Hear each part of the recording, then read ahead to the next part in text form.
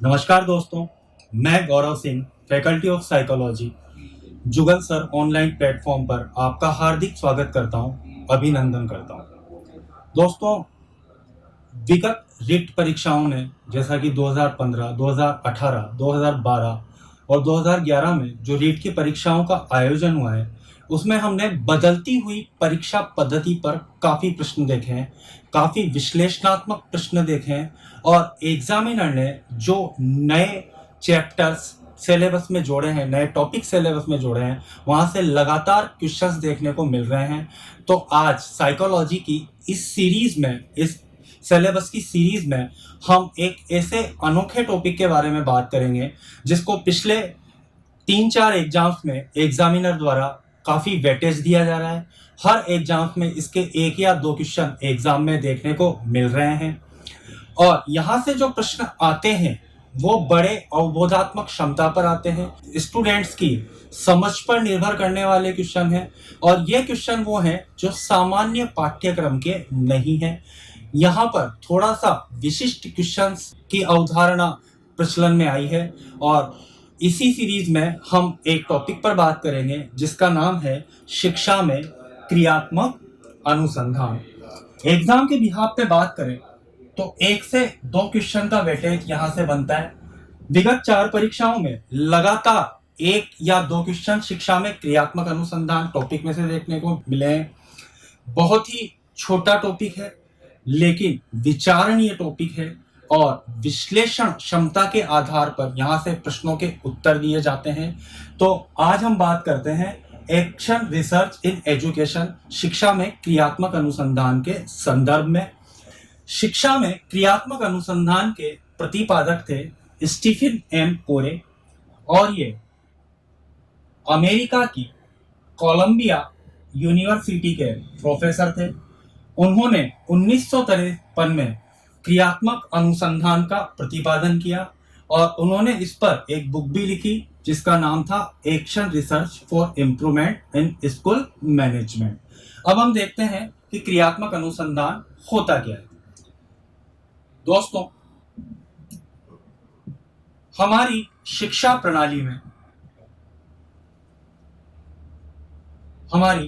प्रणाली में विद्यालय के अंतर्गत प्राय 2 प्रकार की समस्याएं देखने को मिलती है। एक सैद्धांतिक और दूसरी व्यावहारिक। एक सैद्धांतिक और दूसरी व्यावहारिक। सैद्धांतिक समस्याएं जैसे स्कूल में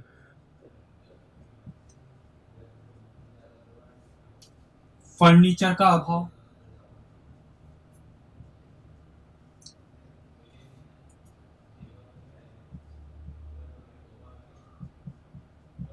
विद्यालय भवन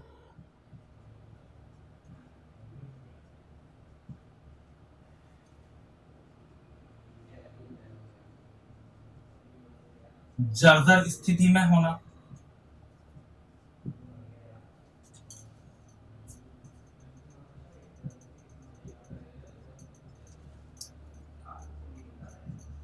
विद्यालय में मूलभूत आवश्यकताएं जैसे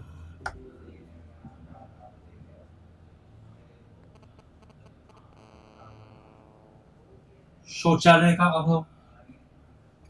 वहीं प्रत्येक विद्यालय की कुछ व्यवहारिक समस्याएं भी होती है जैसे छात्रों का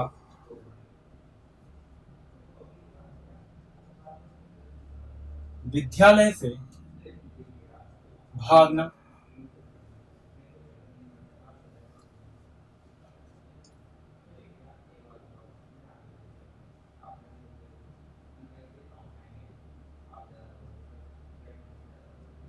शिक्षक व छात्र में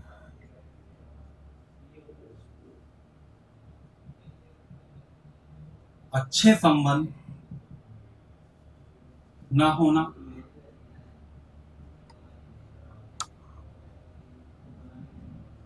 शैक्षिक व सह शैक्षिक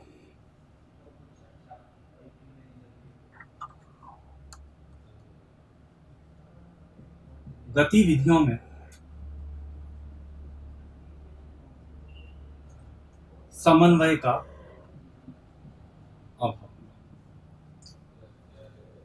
देखिए दोस्तों, हमारी जो शिक्षा प्रणाली है उसमें प्रत्येक विद्यालय के अंतर्गत दो प्रकार की समस्याएं दृष्टिगोचर होती है, देखने को मिलती है। एक होती है सैद्धांतिक और एक होती है व्यवहारिक समस्याएं। सैद्धांतिक समस्याएं जैसे स्कूल में फर्नीचर का अभाव, विद्यालय भवन का जर्जर स्थिति में होना, विद्यालय में मूलभूत आवश्यकताएं जैसे शौचालय का अभाव। लेकिन प्रत्येक विद्यालय की कुछ व्यवहारिक समस्याएं भी होती है, जैसे छात्रों का विद्यालय से भागना, शिक्षक व छात्र में अच्छे संबंध न होना, शैक्षिक व सह शैक्षिक गतिविधियों में समन्वय का अभाव। अब ये जो सैद्धांतिक और जो व्यवहारिक समस्याएं होती है, इनका छात्र की शैक्षिक उपलब्धि पर क्या प्रभाव पड़ता है? इनका छात्र की शैक्षिक उपलब्धि पर क्या प्रभाव पड़ता है?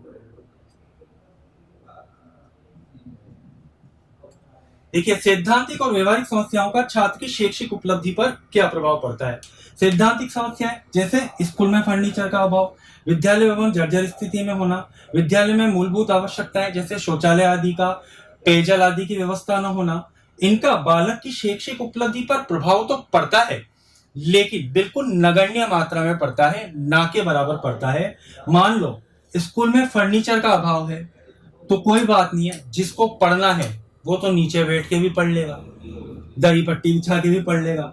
विद्यालय भवन जर्जर स्थिति में है, फर्श उखड़ा हुआ है, प्रकाश की व्यवस्था नहीं है, तो जिसको पढ़ना होगा वो तो नीम के पेड़ के नीचे बैठ के भी पढ़ लेगा। क्लासें नीम के पेड़ के नीचे भी चलती है गाँव में। विद्यालय में मूलभूत आवश्यकताएं जैसे पेयजल का अभाव है, शौचालय का अभाव है, तो कोई बात नहीं है, घर से पानी की बोतल लेके आ जाएंगे, शौचालय के लिए 3-4 पट्टियां लगा लेंगे और एक टाइम पीरियड उसका जुगाड़ कर लेंगे। तो सैद्धांतिक समस्याओं का बालक की शैक्षिक उपलब्धि पर प्रभाव तो पड़ता है, लेकिन बिल्कुल नगण्य मात्रा में पड़ता है। इनसे बालक की शैक्षिक उपलब्धि ज्यादा प्रभावित नहीं होती। लेकिन प्रत्येक विद्यालय में कुछ व्यवहारिक समस्याएं देखने को मिलती है, जैसे छात्रों का विद्यालय से भागना, शिक्षक व छात्र में अच्छे संबंध न होना, शैक्षिक व सह शैक्षिक यानी कि करिकुलम और को-करिकुलम एक्टिविटीज में गतिविधियों में समन्वय का अभाव। और ये जो व्यवहारिक समस्याएं होती है, इनका बालक की शैक्षिक उपलब्धि पर बहुत अधिक मात्रा में प्रभाव पड़ता है। मान लो छात्र विद्यालय से भाग रहे हैं तो किसकी शैक्षिक उपलब्धि प्रभावित होगी? छात्रों की। अगर शिक्षक और छात्र में अच्छे संबंध नहीं है तो किसकी शैक्षिक उपलब्धि पर फर्क पड़ेगा?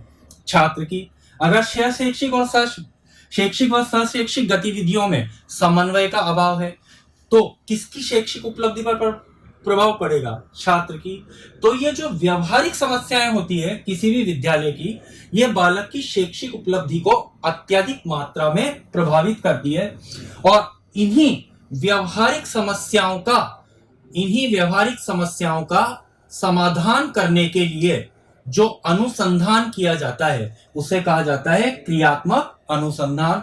तो क्रियात्मक अनुसंधान के अंतर्गत विद्यालय की व्यवहारिक समस्याओं का समाधान किया जाता है ताकि बालक की शैक्षिक उपलब्धि के स्तर को ऊंचा उठाया जा सके। अब देखो दोस्तों, यहां पर एक शब्द कंफ्यूजन पैदा करता है, भ्रम पैदा करता है कि जैसे ही हम अनुसंधान शब्द सुनते हैं हमारे दिमाग में एक सीधा सा शब्द आता है अनुसंधान से संबंधित यानी कि खोज।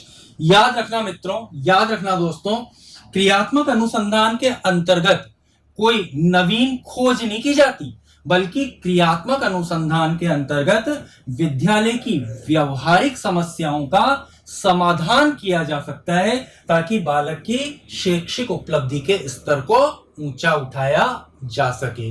अगर आप चाहें तो इसका एक स्क्रीनशॉट ले सकते हैं। तो आपने इसका स्क्रीनशॉट ले लिया होगा। एक बार वापस समझ लेते हैं।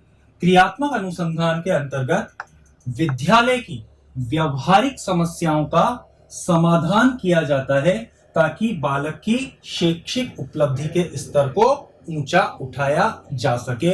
तो क्रियात्मक अनुसंधान से तात्पर्य उस प्रक्रिया से है जिसमें विद्यालय की व्यवहारिक व वास्तविक समस्याओं का वैज्ञानिक ढंग से समाधान कर विद्यालय की कार्य प्रणाली में सुधार लाया जाता है। तो याद रखना मित्रों, क्रियात्मक अनुसंधान के अंतर्गत विद्यालय की व्यवहारिक समस्याओं का समाधान करके विद्यालय की कार्य प्रणाली में सुधार लाया जाता है। क्रियात्मक अनुसंधान में कोई नई खोज नहीं की जाती, बल्कि क्रियात्मक अनुसंधान में व्यवहारिक समस्याओं का, त्वरित समस्याओं का, तात्कालिक समस्याओं का समाधान किया जाता है ताकि बालक की शैक्षिक उपलब्धि को अच्छा बनाया जा सके, उसकी शैक्षिक उपलब्धि को ऊंचा उठाया जा सके। अब बात करते हैं दोस्तों अगले पॉइंट के संदर्भ में।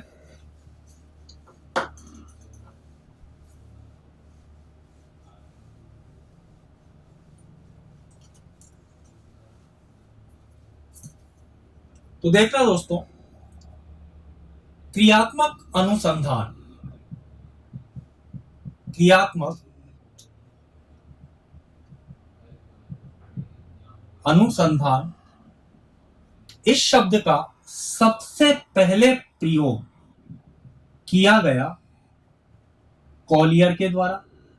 ये जो कॉलियर था ये अमेरिका की सेना में एक सैनिक था और कॉलियर ने सबसे पहले क्रियात्मक अनुसंधान शब्द का प्रयोग किया। तो क्रियात्मक अनुसंधान शब्द का पहला प्रयोग किया गया कॉलियर के द्वारा। कॉलियर ने कहा, द्वितीय विश्व युद्ध जब चल रहा था तो द्वितीय विश्व युद्ध के दौरान कॉलियर ने कहा कि जब तक सेना के प्रशासनिक अधिकारी स्वयं अनुसंधान में भाग नहीं लेंगे तब तक किसी भी प्रकार का सुधार किया जाना संभव नहीं होगा। तो क्रियात्मक अनुसंधान पद का सर्वप्रथम प्रयोग किया कॉलियर ने। बाद में क्रियात्मक अनुसंधान शब्द का 1946 में कर्ट लेविन के द्वारा सामाजिक विज्ञान के क्षेत्र में, कर्ट लेविन के द्वारा सामाजिक विज्ञान के क्षेत्र में प्रयोग किया गया।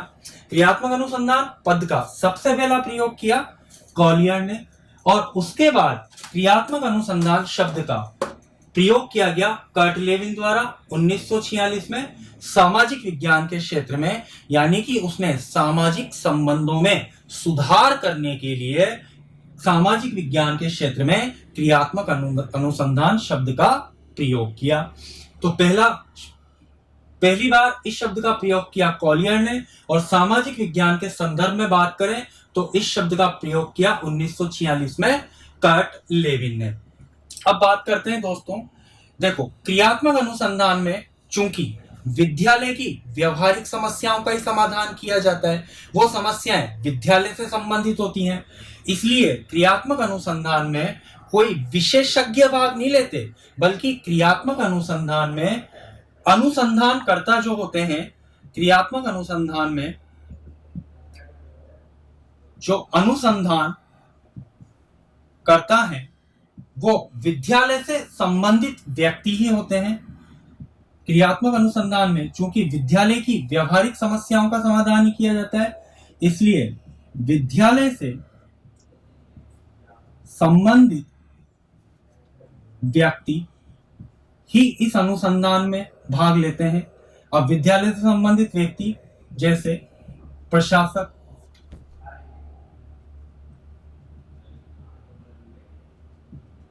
प्रधानाध्यापक और शिक्षक। अब देखिए क्रियात्मक अनुसंधान में विद्यालय की व्यवहारिक समस्याओं का समाधान किया जाता है, इसलिए अनुसंधानकर्ता विद्यालय से संबंधित व्यक्ति होते हैं जैसे प्रशासक, प्रधानाध्यापक, शिक्षक। जैसे प्रबंधन से संबंधित किसी समस्या का समाधान करना है या प्रबंधन में कोई सुधार करना है तो प्रशासक क्रियात्मक अनुसंधान करेगा। अगर शिक्षण कार्यों के संचालन से संबंधित कोई समाधान करना है या सुधार करना है तो प्रधानाध्यापक करेगा। और शिक्षण विधियों से संबंधित अगर कोई सुधार करना है, समाधान करना है तो शिक्षक करेगा। तो सीधी सी बात है कि चूंकि क्रियात्मक अनुसंधान में विद्यालय की व्यवहारिक समस्याओं का ही समाधान किया जाता है, इसलिए क्रियात्मक अनुसंधान में अनुसंधानकर्ता विद्यालय से संबंधित व्यक्ति जैसे प्रशासक, प्रधानाध्यापक, शिक्षक आदि ही होते हैं।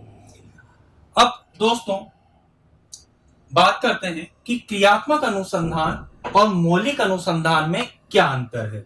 देखो, क्रियात्मक अनुसंधान मौलिक अनुसंधान से इस आधार पर भिन्न है कि मौलिक अनुसंधान में क्रियात्मक अनुसंधान मौलिक अनुसंधान से इस आधार पर भिन्न है। अगर हम इनमें अंतर करेंगे तो इनमें कौन कौन से अंतर हमें दिखाई देते हैं, उसके संदर्भ में बात कर लेते हैं।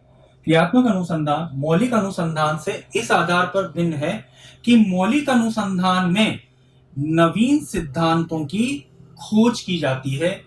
जो भी नवीन सिद्धांत,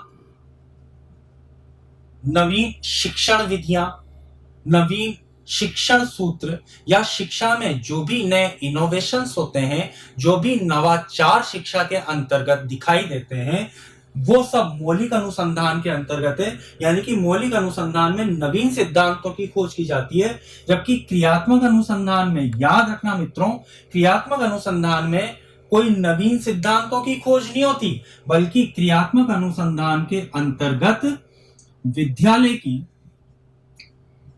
क्रियात्मक अनुसंधान के अंतर्गत विद्यालय की व्यवहारिक समस्याओं का समाधान किया जा सकता है।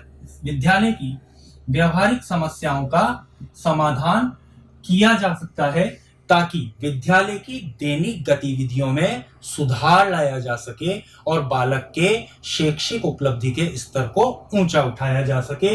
एक बार और समझते हैं। मौलिक अनुसंधान में नवीन सिद्धांतों की खोज होती है, नवीन शिक्षण विधियां, शिक्षा से संबंधित जितने भी नवाचार हैं वो सब मौलिक अनुसंधान की देन है। जबकि क्रियात्मक अनुसंधान में विद्यालय की व्यवहारिक समस्याओं का समाधान किया जाता है, विद्यालय की दैनिक गतिविधियों में सुधार लाया जाता है ताकि बालक की शैक्षिक उपलब्धि के स्तर को ऊंचा उठाया जा सके। अब अगर मौलिक अनुसंधान और क्रियात्मक अनुसंधान में अगर अपन अंतर देखें तो देखिए, मौलिक अनुसंधान में नवीन सिद्धांतों की खोज, क्रियात्मक अनुसंधान में विद्यालय की व्यवहारिक समस्याओं का समाधान।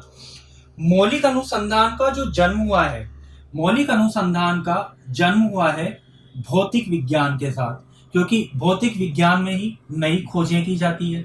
जबकि जो क्रियात्मक अनुसंधान का जो जन्म हुआ है वो हुआ है सामाजिक विज्ञान के साथ। क्रियात्मक अनुसंधान का जन्म हुआ है वो हुआ है सामाजिक विज्ञान के साथ। भौतिक विज्ञान में नवीन सिद्धांतों की खोज की जाती है, इसलिए भौतिक विज्ञान से मौलिक अनुसंधान का जन्म हुआ। जबकि सामाजिक विज्ञान में सामाजिक संबंधों में सुधार लाने पर बल दिया जाता है, सामाजिक समस्याओं के समाधान पर बल दिया जाता है, इसलिए क्रियात्मक अनुसंधान सामाजिक विज्ञान की देन है। अब इनमें अपन और अंतर करें तो मौलिक अनुसंधान में अनुसंधानकर्ता का समस्या से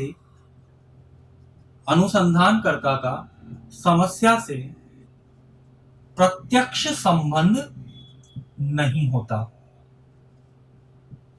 समस्या से प्रत्यक्ष संबंध नहीं होता, जबकि क्रियात्मक अनुसंधान में अनुसंधानकर्ता का समस्या से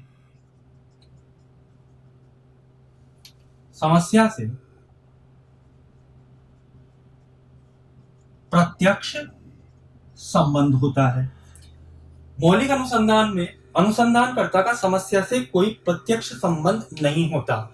जैसे नवीन शिक्षण विधियां, जो छात्र केंद्रित शिक्षण विधियां हैं, जैसे मस्तिष्क उद्दीलन विधि, प्रायोजना विधि, समस्या समाधान विधि, वो सब मौलिक अनुसंधान की देन है। अब उनकी खोज क्यों हुई? क्योंकि बालक सीखने की प्रक्रिया में भाग नहीं ले रहा था, बच्चे को सीखने में दिक्कत आ रही थी, तो उसमें अनुसंधानकर्ता का समस्या से प्रत्यक्ष संबंध नहीं था। अब जब समस्या समाधान विधि की खोज हुई तो समस्या समाधान विधि का प्रयोग छात्र सक्रियता के लिए भारत में भी किया गया, अमेरिका में भी किया गया, जापान में भी किया गया। तो उसमें अनुसंधानकर्ता का किसी समस्या से प्रत्यक्ष संबंध नहीं था, पर चूंकि क्रियात्मक अनुसंधान में विद्यालय की व्यवहारिक समस्याओं का समाधान किया जाता है, समस्या चूंकि एक पर्टिकुलर विशेष क्षेत्र यानी कि विद्यालय से जुड़ी होती है, इसलिए अनुसंधानकर्ताओं का समस्याओं से प्रत्यक्ष संबंध होता है। अब अगर अपन बात करें इनमें और अंतर की, तो मौलिक अनुसंधान में अनुसंधानकर्ता मौलिक अनुसंधान में अनुसंधानकर्ता विशेषज्ञ होते हैं, जबकि क्रियात्मक अनुसंधान में अनुसंधानकर्ता विशेषज्ञ नहीं होते। देखिए चूंकि मौलिक अनुसंधान में नवीन सिद्धांतों की खोज की जाती है, इसलिए वहां पर अनुसंधानकर्ता विशेषज्ञ होते हैं, वो तकनीक से परिचित होते हैं। जबकि क्रियात्मक अनुसंधान में चूंकि व्यवहारिक समस्याओं का समाधान किया जाता है और विद्यालय से संबंधित व्यक्ति ही भाग लेते हैं और इनको कोई विशेष प्रशिक्षण नहीं दिया जाता, इन्हें किसी विशेष तकनीक की जानकारी नहीं होती, तो क्रियात्मक अनुसंधान में अनुसंधानकर्ता विशेषज्ञ नहीं होते। और बात करें तो मौलिक अनुसंधान में सिद्धांतों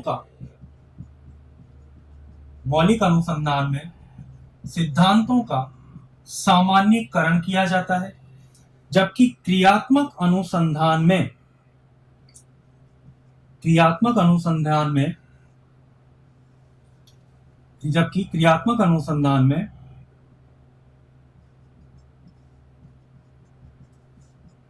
सिद्धांतों का सामान्यीकरण नहीं होता। देखिए मौलिक अनुसंधान में जो सिद्धांत निर्मित किए जाते हैं, जो भी शिक्षण विधियां, शिक्षण सिद्धांत, शिक्षण सूत्र निर्मित किए जाते हैं, उनका एक जनरलाइजेशन किया जाता है, यानी कि सबके लिए उपयोगी होते हैं। जितने भी लोग हैं, जो भी शिक्षा प्रणाली जिस भी देश में प्रचलित है, उस एक शिक्षा सिद्धांत सभी देशों की शिक्षा प्रणाली में से संबंधित होगा, उन पर अपना इफेक्ट डालेगा, उन पर अपना प्रभाव डालेगा। उसमें सिद्धांतों का जनरलाइजेशन होता है, सामान्यीकरण होता है। पर चूंकि क्रियात्मक अनुसंधान में विद्यालय की व्यवहारिक समस्याओं का समाधान किया जाता है, इसलिए इसमें सिद्धांतों का किसी भी प्रकार का सामान्यीकरण नहीं किया जाता। अब बात करते हैं इनमें और अंतर के संदर्भ में। क्या अंतर देखते हैं मौलिक अनुसंधान और क्रियात्मक अनुसंधान में। तो मौलिक अनुसंधान में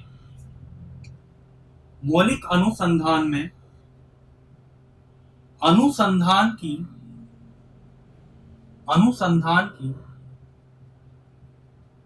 रूपरेखा में कोई परिवर्तन नहीं होता, जबकि क्रियात्मक अनुसंधान में अनुसंधान की रूपरेखा में परिवर्तन किया जा सकता है। इसको समझते हैं दोस्तों। देखो मौलिक अनुसंधान में अनुसंधान की रूपरेखा में कोई परिवर्तन नहीं होता, यानी कि जो रूपरेखा एक बार अनुसंधान की बना ली जाती है उसी को फॉलो करते हुए सारे अनुसंधान को किया जाता है। लेकिन चूंकि क्रियात्मक अनुसंधान में विद्यालय की व्यवहारिक समस्याओं का समाधान किया जाता है, इसलिए क्रियात्मक अनुसंधान में विद्यालय की परिस्थिति को देखते हुए, विद्यालय में उपलब्ध संसाधनों को देखते हुए अनुसंधान की रूपरेखा में परिवर्तन किया जा सकता है। अब बात करते हैं अगले अंतर की। तो देखिए मौलिक अनुसंधान में समस्या का क्षेत्र व्यापक होता है, जबकि क्रियात्मक अनुसंधान के संदर्भ में बात करें तो क्रियात्मक अनुसंधान में समस्या का क्षेत्र संकुचित होता है।